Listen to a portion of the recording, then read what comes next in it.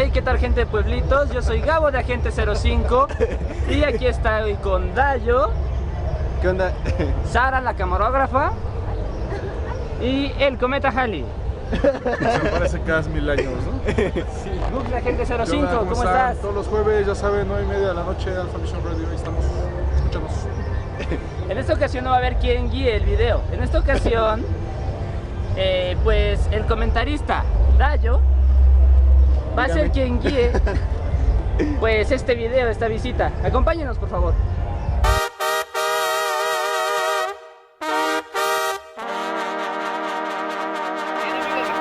Una larga introducción y de que ya no están nuestros amigos de Agente 05 Comics. Hoy nos encontramos acabando el video con un ya conocido, Emanuel, que tenemos aquí y nos va a apoyar a terminar, pero esta vez en el contexto histórico, un poco de lo que es la historia del municipio de Chalco. Bueno, primero que nada, bienvenido una vez más al canal. Ya segunda vez que estamos por aquí. Pues sí, trabajando aquí. Pues muchas gracias por la invitación a colaborar un poco con ustedes, y pues estamos aquí en Chalco, que ahora sí estamos en nuestro municipio, en nuestra casa, y pues les damos la bienvenida a esta Feria Chalco 2016 en honor a Santiago Apóstol. Y bien, bueno, primero que nada, vamos a irnos sacando de dudas. Vamos a empezar con el nombre de Chalco, que lo van a encontrar como Chalco de Díaz Covarrubias, pero según tengo entendido tiene otro nombre. Así es, bueno, como tú comentas, el nombre original es Chalcoatenco. ¿Por qué Chalcoatenco? Porque todos sabemos que Chalco se enmarcaba dentro de lo que era la cuenca lacustre del Valle de México, es decir, los lagos, lo que era el lago de Chalco, Xochimilco, Jaltocan, Texcoco, y entonces pues de ahí toma. ¿Por qué? Pues porque y el nombre correcto de Chalco es al borde del lago, no es Piedras Preciosas. Hay una metáfora, por así decirlo, ¿no? De una manera romántica por esta cuestión, pero no, realmente no hubo piedras preciosas. Pero realmente, si tú te basas en el contexto geográfico, pues quiere decir, uno, al borde del lago, es el nombre original, y dos, es Chalcoatenco. ¿Por qué se confunde por la región?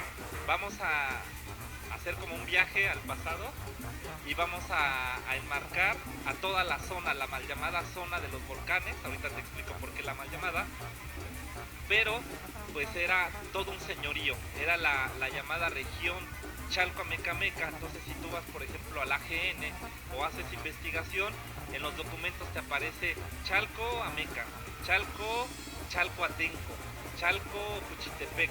¿Por qué? Porque era toda una zona muy importante del señorío de Chalco. Y este señorío, lo interesante es de que no es como los aztecas, ¿no? Que era toda una tribu homogénea y todos se llamaban aztecas. Era toda una confederación de tribus, toda una complejidad que se hacían llamar chalcas. Entonces de ahí hay que aclarar un poquito esa cuestión. Como te decía hace rato, imagínate, si hace todo un cambio en el ayuntamiento, pues es todo un relajo, ¿no? Meterlo a cabildo, cambiar el glifo, todo eso. Porque bueno, todos sabemos que el glifo de Chalco pues, tampoco es el correcto, ¿no? Como te decía, ese es el glifo, pero de la región, ¿no? De lo que yo te decía ahorita, del señorío, ¿no? Que estaba compuesto por 4 cabeceras importantes que formaban la confederación.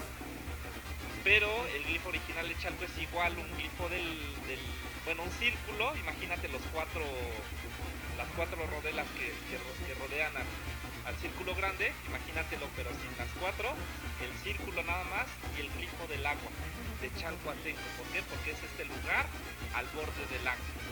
Entonces, esa es la cuestión que sí quería precisar en cuanto al nombre de Chalco.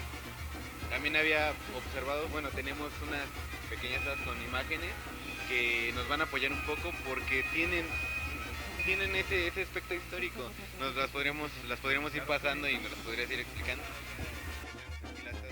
favor, Bueno, pues esta taza, y esta imagen, que es una litografía, pues nos refiere a lo que yo les comentaba, ¿no? La cuestión de la cuenca lacustre. Porque bueno, la primera identidad que tenemos en Chalco es la cuestión de la cuenca lacustre, y por lo tanto la cuestión agraria, o sea, va ligado. ¿Por qué? Por la cuestión de las chinampas. Chalco también tuvo sus chinampas y obviamente, pues obviamente no podemos entender esta primera etapa de Chalco sin entender como lo que yo te decía, el lago de Chalco. El lago de Chalco, tanto a nuestro municipio como a todos los pueblos, lo que es Ayotzingo, lo que es Ayotla, lo que es Ixtapaluca, lo que es Mixquic, le va a dar pues todo el modo de vida, ¿no? O sea, porque finalmente pues toda la gente ibas al lago, obtenías peces, obtenías ranas, perdón, incluso hay fuentes que nos dicen que en las fiestas, por ejemplo ahorita de julio, la gente adornaba con los juncos las calles. Entonces, si te das cuenta, era todo un modo de vida, ¿no? Un modus vivendi, vivían, incluso la gente se dedicaba a elaborar canoas, ¿no? Si tú ves los documentos o las crónicas, toda la gente pedía en la Ciudad de México canoeros de Chalco, porque eran los que sabían, y el maguey de Chalco, tanto el maíz, fue fundamental. Entonces, todo el granero, desde la época prehispánica para los aztecas, un poquito antes, era de la región. O sea, ves cómo te das cuenta de que no puedes hablar solamente de un lugar, sino a nivel regional. Lo que te decía, el maíz de Chalco en la época prehispánica gozó de mucha importancia. Y bueno, llegan los aztecas, conquistan a los chalcas. Bueno, ese es un rollo al hablar, pero finalmente hay que entender que la conquista sí llegaron e hicieron guerras, ¿no? Porque también los chalcas no llegaron los mexicas y los sometieron luego. Hubo diversas guerras floridas en contra de los chalcas, pero digamos que le pagaban tributo, sí es cierto, a los aztecas, pero de cierta manera eran libres, ¿no? Porque había diversas formas que tenían los aztecas de dominar. En el caso de los chalcas, sí le pagaban tributo a los aztecas. Incluso están los códices que hablan de eso, el mendocino, la matrícula de tributos, hablan de todo el tributo, pero finalmente la manera de organizarse era muy propia de los chalcas, ¿no? Entonces, sí hay incluso la piedra, el calendario azteca, edificios de Tenochtitlan los hacen los chalcas, ¿no? Por toda esta habilidad. Entonces, pues fue muy importante el gran señorío chalca, que muy poco se menciona. Te digo, tú vivías en Ameca, era Chalca, tú vivías en Juchitepec, incluso el señorío Chalca llegaba hasta Morelos, ¿no? Entonces, toda esta época prehispánica pues es muy importante, ¿no? Más porque nada, porque regularmente de lo que se habla es de la revolución en adelante, aquí en Chalco. Y poco se conoce de lo que era esta zona, ¿no? Al hablar de los chalcas, como yo te decía hace rato, porque es muy complejo. Igual Chimalpaín, que es el historiador de la región, te da como un panorama de cómo fue llegando la gente, pero tú ya empiezas a un poquito investigar y te das cuenta de la complejidad de tribus que había, ¿no? Obviamente, ¿por qué? Pues como vimos en la taza, por el contexto geográfico, ¿no? Yo te decía, hoy mal llamada región de los volcanes porque no estamos cerca. Por ejemplo, Chalco sí tienes de panorama los volcanes, pero no está cerca como Ameca. Entonces, históricamente la región la puedes dividir en la parte de la cuenca lacustre, de la media montaña, que es Cocotitlán, Juchitepec, Miraflores, y ya la alta montaña. Entonces, forma, digamos, de dividirla en tres es porque sí eran tres divisiones geográficas, pero era parte de una zona que fue muy importante hasta los 60s para la Ciudad de México, ¿no? En otra imagen que ahorita vamos a pasar, ¿qué es la Casa Colorada? Bueno, al hablar de la Casa Colorada o Casas Coloradas, ¿por qué Casas Coloradas? Uno, porque estas construcciones son de las más antiguas, pues fueron construidas de tezontle rojo. Y vas a decir, bueno, ¿por qué me dices casas si queda una? Bueno, porque lo que vemos en la imagen es lo que queda. Ahí Manuel Paino nos habla de esta mujer llamada Cecilia que vivía y hacía toda una actividad ahí importante, una actividad comercial. Pues ahí llegaban las canoas, llegaban todos los productos de tierra caliente. O sea, se dice, bueno, no se dice, en los documentos está que el precio del maíz se decidía en Chalco.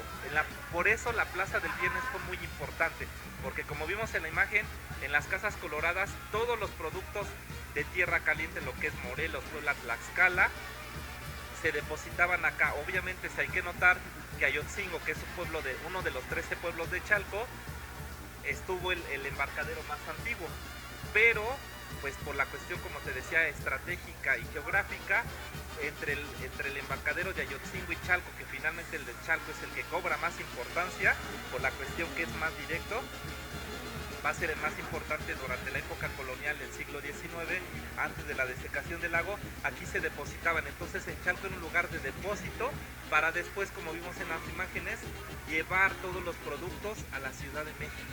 Entonces Chalco ha sido un lugar, y toda la zona un lugar económicamente, hoy con otras formas, pero ha sido un lugar de mucho movimiento económico, ¿no? De mucho comercio, como lo vemos hoy en día. Y como te decía, la Plaza del Viernes hoy en día se sigue haciendo y lamentablemente ya no es lo que era la plaza. Como te decía hace rato, en la Plaza de Viernes se decidía el precio del maíz que se iba a dar a la Ciudad de México. La Plaza del Viernes era una plaza que se hacía desde la época prehispánica, todavía hasta los 60 era una plaza más tradicional, y hoy en día pues ya es una plaza que obedece pues ya a las cuestiones actuales, ¿no? Ya a otra dinámica, ya a otros productos que ya no se producen, ¿no? O sea, eran, como te decía, productos agrícolas, pero finalmente pues nos queda la Casa Colorada como un recuerdo a ese lugar, a esa importancia comercial y a esa importancia agrícola y ganadera que tenía Chalco. Bueno, ¿cuándo cae la importancia de la o sea, imagínate, desde la época prehispánica hasta la última década del siglo XIX, la plaza era importante.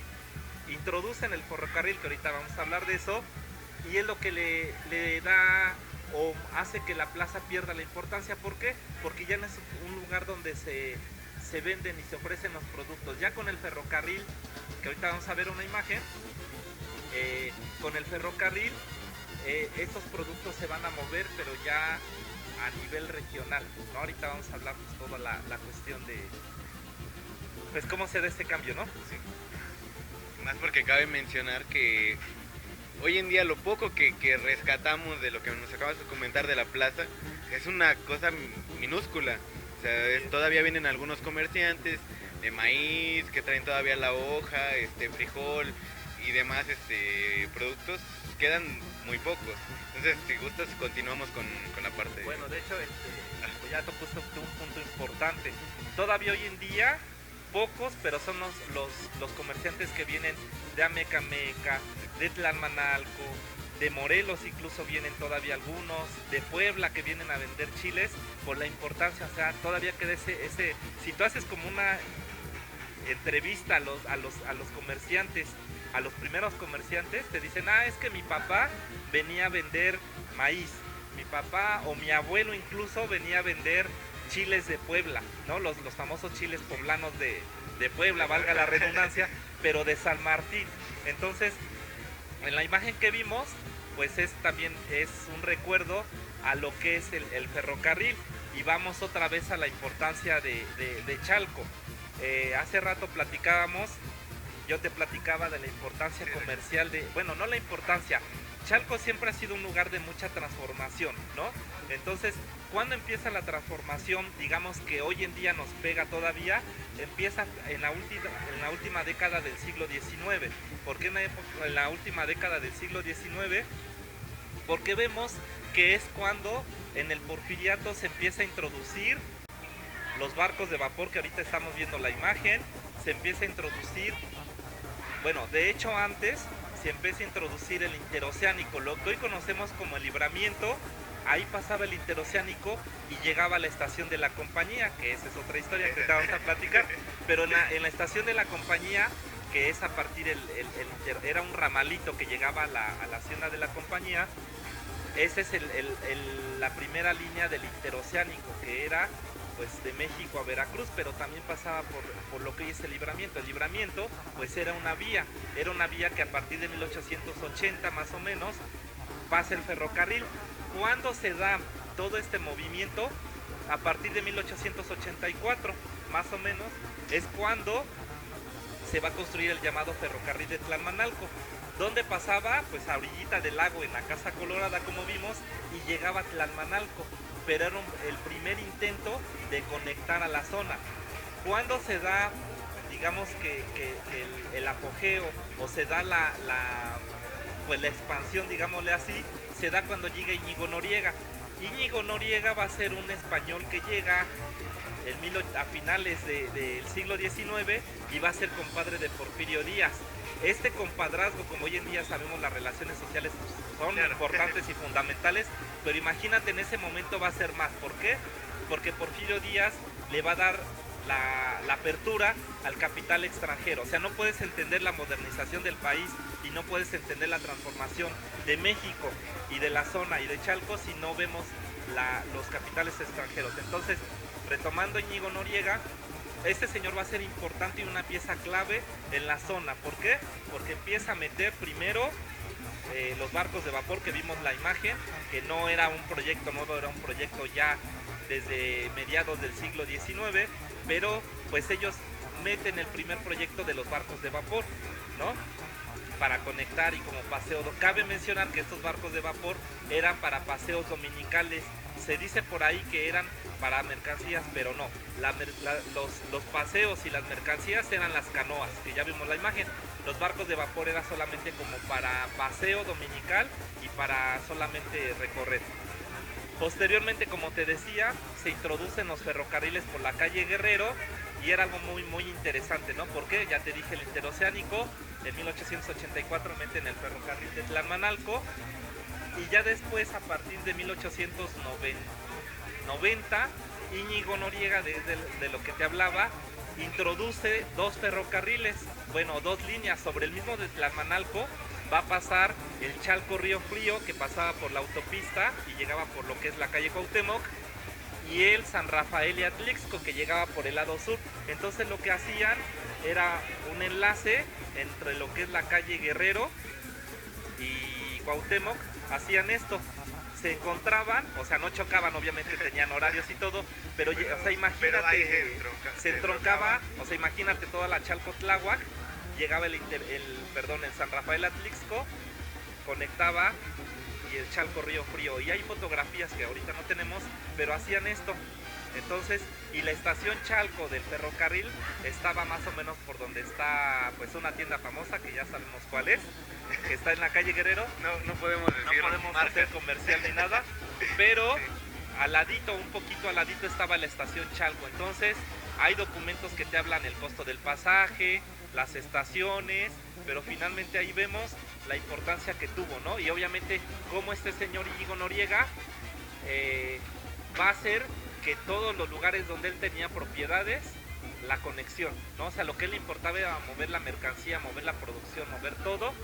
Y bueno, retomando esto que te decía de la producción, la hacienda colonial muy importante que estaba en Cuauhcingo, que pertenece a Chalco, era la hacienda de la compañía, que era una hacienda administrada por jesuitas, y tú sabes que los jesuitas eran otra onda. Entonces, te voy a robar tanto. Para que más o menos se den una idea de dónde estaba la compañía, el video anterior fuimos a visitarla.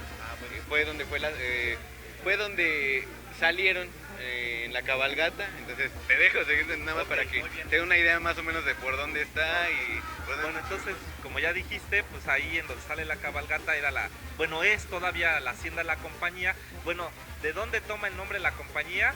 Por el río. Bueno, en Chalco había dos ríos muy importantes que hoy pues, lamentablemente hidrológicamente están muertos, pero estos ríos nutrían al lago de Chalco. Estos ríos venían del deshielo del Iztaccíhuatl. Uno es el llamado río de la compañía, que pasaba justo a un lado de la hacienda, que es otro tema que podemos hablar, y el otro es el río Ameca, que si tú vienes por Mixquic y vienes por Huilcilcingo y esos pueblos, llegas por ese río. Entonces de ahí toma el nombre la hacienda de la compañía, y como te decía, esta hacienda fue muy importante en la época. Entonces esta hacienda va a ser muy importante en la época colonial por la producción, por la administración, pero como ahorita estábamos hablando de Íñigo Noriega, la hacienda, digamos que sede, la hacienda importante para él va a ser la de Jico, ¿sale? Entonces la hacienda de Jico, y con la negociación que hace con su hermano, que era la negociación agrícola de Jico, va a ser como un emporio. Entonces él va a empezar a comprar algunas haciendas, como la de la compañía, la de San Juan de Dios, crea algunas haciendas.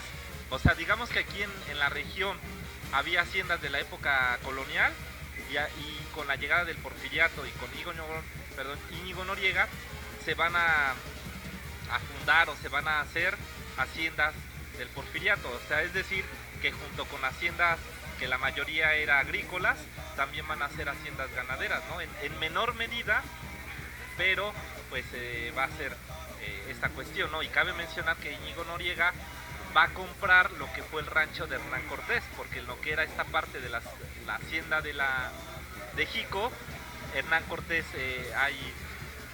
compra algunas tierras y ya ves que por Mercedes y toda esta onda, él va a ser dueño del rancho, creo, bueno, no te voy a decir el nombre porque sería una equivocación, pero él va a ser dueño de ese rancho y ya después Íñigo Noriega va a comprar ese rancho y va a fundar la hacienda de Jico, que esta hacienda era, pues imagínate, ¿no? Hay fotografías, no sé si las has llegado a ver, era hermosa, era impresionante y pues hay por ahí algunos relatos de algunas personas importantes, por ejemplo Porfirio Díaz también llega a visitar la hacienda de Jico, Venustiano, no es cierto,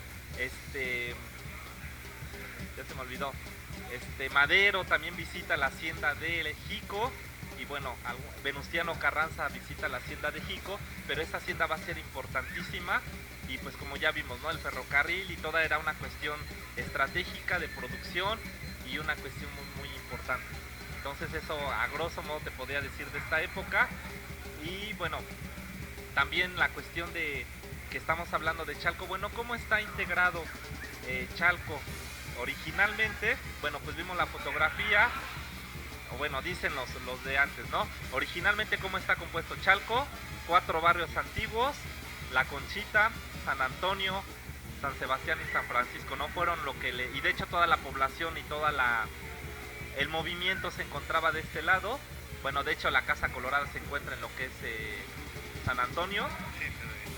Y bueno, y finalmente pues yo te podría decir que hay algunas referencias de los barrios así nada más, pero del que se habla más va a ser el barrio de San Sebastián. Bueno, ¿por qué el barrio de San Sebastián?